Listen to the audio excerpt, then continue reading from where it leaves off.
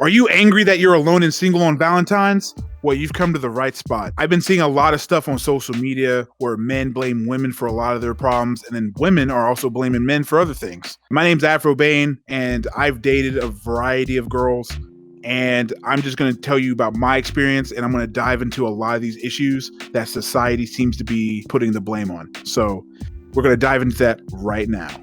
All right, so as we come over to the board, we'll see that men and women are from two different planets, two different universes, two different dimensions, all right?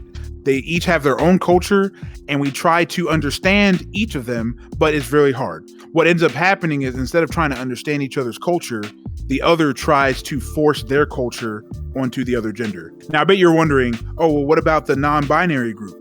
Well, I'm here to let you know that they started in one of these two planets and they came here, all right? So that's a whole nother video. We're not going to get into it, but we're talking about male and female right now. I am a straight male, so this video may come off as a little biased, but I'm going to try to keep it gender neutral.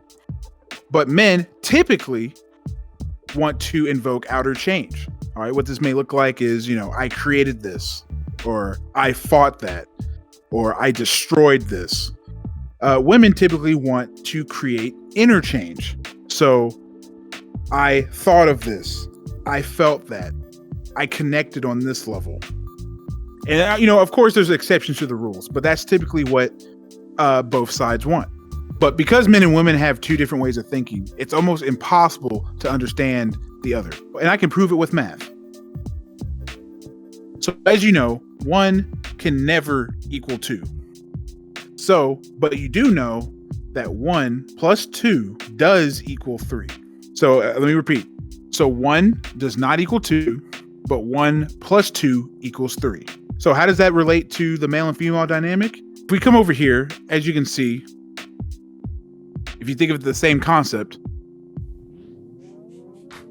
so male culture will not equal female culture. But if you think of the numbers concept, what we should be thinking is male culture plus female culture will equal a more unified culture. All right. So this is just math. Now, typically men and women, what they want can be categorized by one word. Men is sex. Women is six. Now you may be wondering, what does six mean? Well, I'm about to explain it over here. Now, both of these things can be very problematic because if either group is fixated on that thing, it can cause problems down the line or even immediately. So I categorized it in the 4 S's, which is survival, support, shape, and sexually. Now, if we start up here with survival, men typically want to find women that are younger. And by younger, I mean like less jaded, less baggage. They look young, healthy, that type of thing.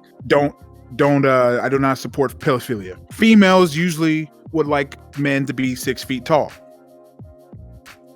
All right. So support. Men usually just want a servant. Like, let's be real. They just want a servant. They just want their girlfriend to do everything for them, cook, clean, and, just do stuff for them. Women typically want a guy to have a 6-figure income.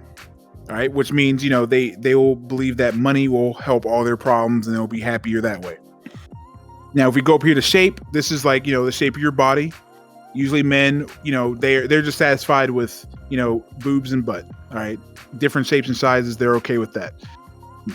Women typically like guys with 6-pack abs. I know a lot of women may say they don't, but I bet you they do. They immediately look towards the guy that are more in shape, hitting the gym and things like that. And lastly, we got sexually. Men, they just want, things to be tight. And then women like 6 inches.